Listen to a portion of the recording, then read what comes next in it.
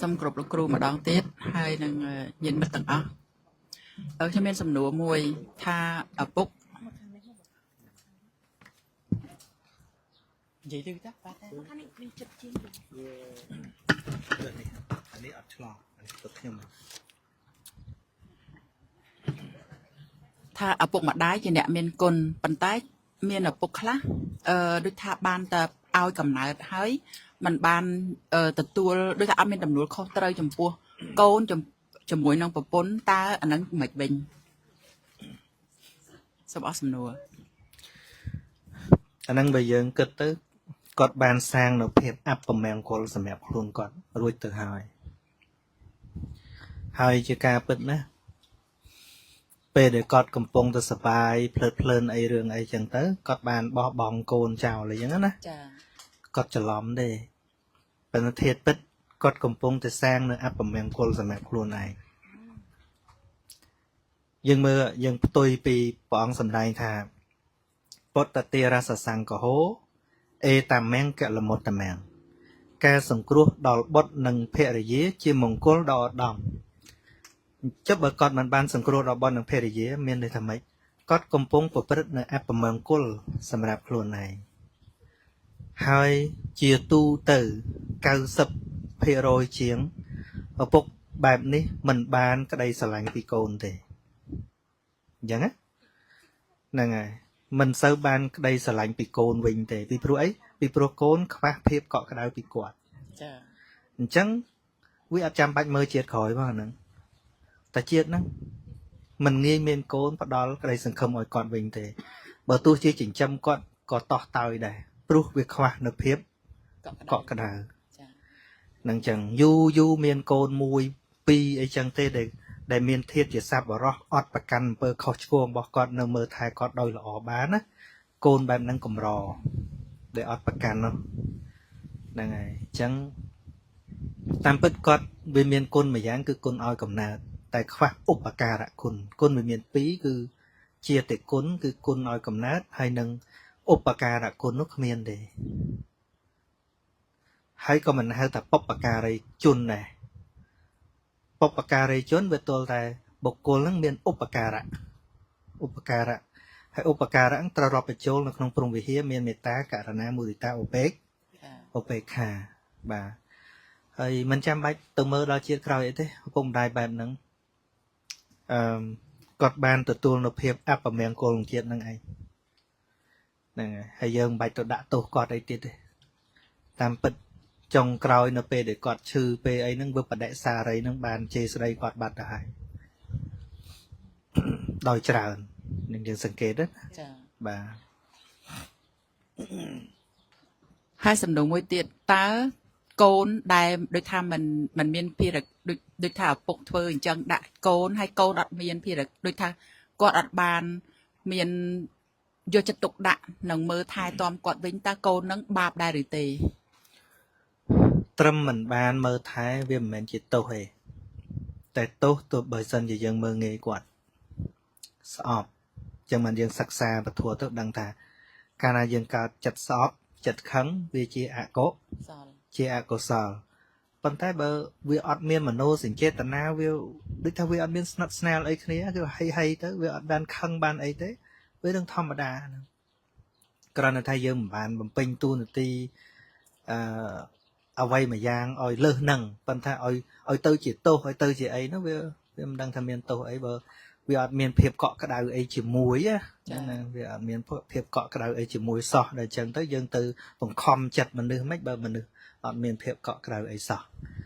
ហ្នឹងអញ្ចឹងប៉ុន្តែបើគណថាបើកូនហ្នឹងគាត់បានសិក្សាបន្តិចទម្លាក់មានះចោលបន្តិចគាត់យល់ពីកម្មផលបន្តិចគាត់អាចនឹងមានចិត្តអាណិតឪពុកនឹងជាងឪពុកធម្មតាទៀតពីព្រោះកូនដ៏ច្រើនតែខឹងត្រង់ថាមិនមើលថែអញអញ្ចឹងអញក៏មិនមើលថែវិញដែររបៀបសងសឹកអាហ្នឹងអត់ល្អទេយើងគិតអញ្ចេះគិតថាជួនកាលយើងអាចជាមនុស្សល្អនៅក្នុងសង្គមមានអ្នកខ្លះរហូតដល់មានធនធានច្រើនទៅធ្វើផ្ទះឲ្យអ្នកក្រទៅធ្វើផ្ទះ ឲ្យនៅនេះនៅនោះទៅធ្វើអំពើល្អជាមួយអ្នកដទៃដោយច្រើនដែលមិនមែនជាឪពុកសោះអាចធ្វើល្អជាមួយគេបានមិនបានធ្វើល្អជាមួយអ្នកឲ្យកំណត់គ្រាន់តែមិនបានចិញ្ចឹមធ្វើមិនបានព្រោះចិត្តចងកំហឹងឃើញទេចិត្តចងគំនុំអញ្ចឹងបើយើងគ្រាន់តែទុកថាគាត់ជាបរិសចាស់ម្នាក់កុំគិតរឿងឪរឿងកូនយើងនៅតែធ្វើបានប៉ុន្តែបើយើងយល់ដឹងពីកម្មផលវិញយើងគិតចេះរបៀបអ្នកយល់ដឹងគិតថាជាធម្មតាជាសភាវៈគតិរបស់សត្វដ៏ច្រើនមិនងាយសត្វណាមិនចិញ្ចឹមកូនទេមែនទេចា សូម្បីតែសត្វដេរិឆានដូចសត្វឥន្ទ្រីសត្វអីលលោកអីហ្នឹងទាំងញីទាំងឈ្មោលមើលថែកូនណាមានសត្វស្លាបខ្លះវាអត់ចិញ្ចឹមដូចមន់ទេឈ្មោលអត់ចិញ្ចឹមទេយើងកុំប្រៀបជាមួយសត្វណាដែលអត់ចិញ្ចឹមចុះអញកើតជាមនុស្សដែលមនុស្សជាទូទៅជាសត្វដឹងខុសត្រូវសូម្បីតែឪអញដែលត្រូវស្រឡាញ់អញហ្នឹងក៏ឪអញអត់ស្រឡាញ់អញដែរអញ្ចឹងវាត្រូវមានហេតុអីហើយណាដល់ហេតុអីយើងសិក្សាពីកម្មផលទៅបានដឹងថាបើអត់មានពីវេរាជាមួយគ្នាពីមុនមកมันអាចឪជាអ្នកបង្កើតសាច់ស្រស់ឈាមស្រស់មកលើផែនដីហើយទៅជាគាត់អត់គិតចឹងទេលោទីហោដូចជារឿងអីរឿង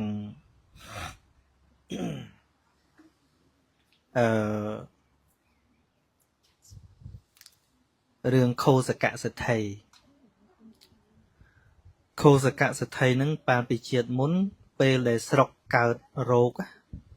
គរាតត្បាតចឹងទៅពីអ្នកប្តីប្រពន្ធក៏ពាកកូនតូចមួយរត់ចេញពីស្រុកទៅប៉ុន្តែទៅឆ្ងាយទៅវាអត់ស្បៀងអត់ទឹកអត់អីចឹងទៅប្តីក៏ចេះតែប្រាប់ប្រពន្ធហ្នឹងម៉ែវាចោលទៅកូនហ្នឹងតែយើងយកទៅហត់ងាប់តាមផ្លូវទាំងអស់គ្នាបើអោយតែយើងរស់គង់តែបានកូនទៀតទេតែម្ដាយអត់ដាច់ចិត្តទេម្ដាយប៉ុន្តែដូរគ្នា3កូននឹងម្ដងម្នាក់ដើរទៅអស់កម្លាំងទៅដើរទៅឆ្ងាយទៅដល់វេនប្តីនឹងអ្នក3កូនម្ដងប្រពន្ធដើរប្តីនឹងដើរពីក្រោយប្រពន្ធអត់បានមើលប្តីនឹងលោបយកកូនទៅដាក់ចោលឃើញទេដាក់ចោលគ្របស្លឹកឈើដើរឆ្ងាយទៅប្រពន្ធងាកមកអត់ឃើញកូនតែកូននៅណាខ្ញុំចោលបាត់ប្រពន្ធនឹងអត់សុខចិត្តរត់មកមើលកូនវិញនៅណាខ្ញុំបើមិនមានកូនខ្ញុំមិនទៅមកដល់វាក្តៅផងអីផងសัตว์វារោមផងអីផងទៅក៏ស្លាប់បាត់ទៅកូនក្មេងហ្នឹងវាក្តៅខ្លាំងអញ្ចឹងយើងមើលដំណើរកម្មរបស់គាត់ដល់ពេលដើរឆ្ងាយទៅជួបផ្ទះកដុំ2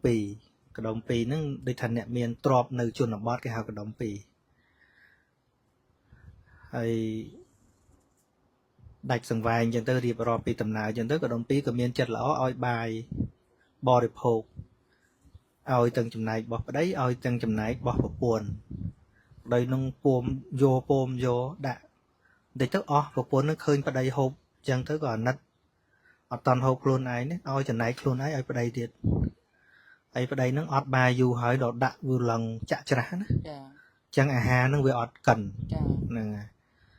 ពេលដែលទុក្ខវេទនាខ្លាំងបំរាស់នានាលចុះឡើងហ្នឹងឃើញកដុំ2គេឲ្យបាយឆ្កែបាយឆ្កែស្អាអាហារល្អចាក៏គិតថាអញរស់ជាមនុស្សស៊ីរាល់ថ្ងៃមិនបានឲ្យបាយឆ្កែគេបងជាពាក់មួយមេឆ្កែហ្នឹងដាច់ខ្យល់ផឹងទៅកើតក្នុងពោះឆ្កែហ្នឹងកើតជាកូនឆ្កែហ្នឹងហើយដល់កើតជាកូនឆ្កែដល់កើតមកដោយសារកដុំ2ធ្វើទៀនជាមួយនឹងព្រះបច្ចេកពុទ្ធរាល់ថ្ងៃហើយតើទៅណាទៅជាមួយព្រះបច្ចេកពុទ្ធទៅហើយព្រះបច្ចេកពុទ្ធមុនមកឆាន់សល់បាយតិចតួចជាឲ្យឆ្កែនឹងស៊ីទៅឆ្កែហ្នឹងក៏ស្រឡាញ់ព្រះបច្ចេកពុទ្ធហ្នឹងដែររហូតដល់ប្រើបានថ្ងៃមួយក៏អត់បានទៅនិមន្តព្រះបច្ចេកពុទ្ធទេប្រើឆ្កែហ្នឹងទៅឲ្យមុនលោកអញ្ចឹងវាដឹងផ្លូវទៅមុនលោកដល់ពេលនិមន្តព្រះបច្ចេកពុទ្ធមកដើរមកដល់លោកមុនមកដល់ផ្លូវមួយទៅផ្លូវផ្សេងហើយផ្លូវមួយមកផ្ទះហ្នឹងអញ្ចឹងលោក អត់មកផ្លូវហ្នឹងទេលោក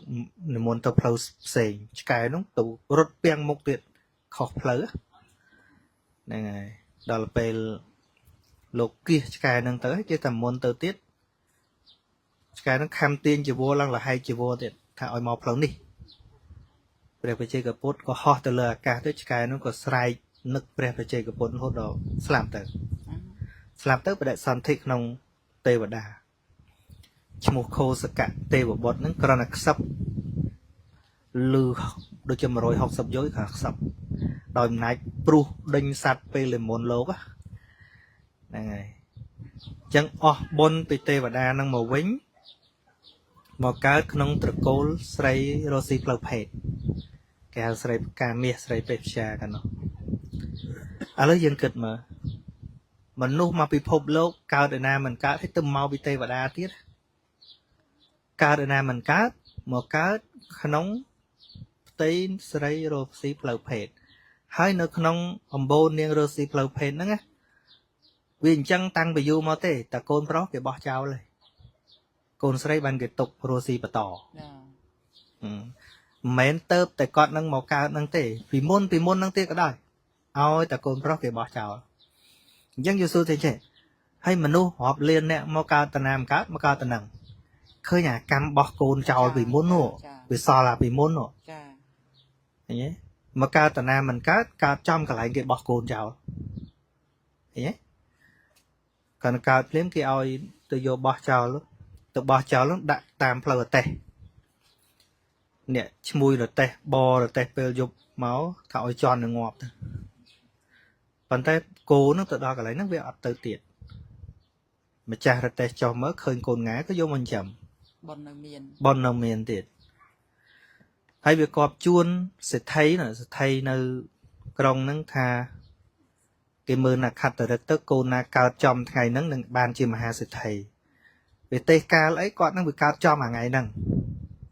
ហ្នឹងហើយឲ្យទៅសុំថានរណាកើតថ្ងៃហ្នឹងឲ្យយកមក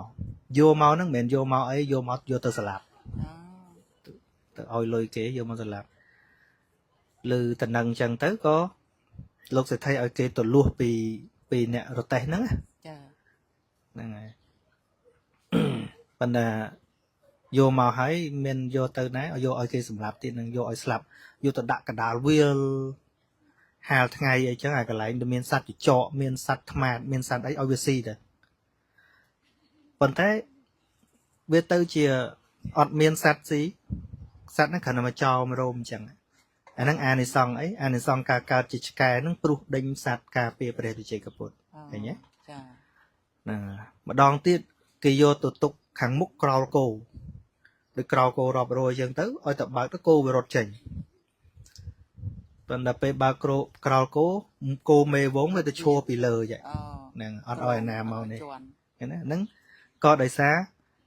កាលតែឆ្កែហ្នឹងការពារព្រះវិជ័យកពុទ្ធហ្នឹងរហូតដល់ច្រើនដងទៀតខណៈគេឲ្យសម្លាប់ហ្នឹង7ដងទៅសម្លាប់មិនស្លាប់រហូតដល់ពេញកន្លោះសម្លាប់លើកចុងក្រោយហើយអត់ឲ្យរៀនអក្សរឲ្យចេះទៀតឲ្យល្ងងសម្រាប់លើកចុងក្រោយហ្នឹងឲ្យយកសបុតមួយទៅឲ្យអ្នកធ្វើការចំណោះគាត់នៅឯជ័យដែរហ្នឹងថាបើឃើញក្មេងនេះទៅដល់ពេលណាត្រូវសម្លាប់ភ្លាមដាក់ឲ្យស្លាប់អញ្ចឹងណាចាប៉ុន្តែទៅអស់កម្លាំងដេកក្រោមដើមឈើក្បែរប្រាសាទកូនស្រីរបស់អ្នកដែលក្រោមបង្គាប់គាត់ហ្នឹងកូនស្រីគ្រាន់តែឃើញកលេចមើលពីចងាយគ្រាន់តែឃើញហ្នឹងស្រាប់តែធ្លាក់ក្នុងអន្លង់ស្នេហ៍ក្នុងអត្តកថាលោកថាសេចក្តីស្រឡាញ់ហ្នឹងគឺថាទប់អត់បានដូចទឹកជំនន់ស៊ូណាមីក៏ចុះទៅមើលឃើញអាថ្នាក់កសែងហ្នឹងមានសបុតដល់តលាសបុតមើលឃើញថាបរោះនេះចំជាល្ងងគេឲ្យមកស្លាប់អីអត់ដឹងខ្លួនទៀតណាដល់អញ្ចឹងកែសបុតថាបើឃើញកូនប្រុសជាទីស្រឡាញ់យើងទៅដល់ពេលណាត្រូវរៀបការជាមួយកូនកំមុំឯងពេលហ្នឹងហ្នឹងហើយដឹងនាងហ្នឹងកាលពីមុនណាគឺប្រពន្ធដើរមួយគ្នាមានកូនមួយគ្នាពីមុននងឃើញវាធ្លាប់ជាប្តីប្រពន្ធមកអញ្ចឹងប្តីកន្លាញ់ហ្នឹងវាកើតឡើងអញ្ចឹង នឹងចឹងនេះខ្ញុំនិយាយចង់និយាយថារឿងរ៉ាវទាំងឡាយវាអត់ដែលចេះខុសហេតុទេគ្រាន់តែថាយើងវាអត់បានដឹងតែហេតុអីអញ្ចឹងបើយើងបានសិក្សាបន្តិចទៅយើងមិនត្រឹមតែមិនខឹងទេគឺអនុគ្រោះគាត់ទៀតហ្នឹងចឹងបាទ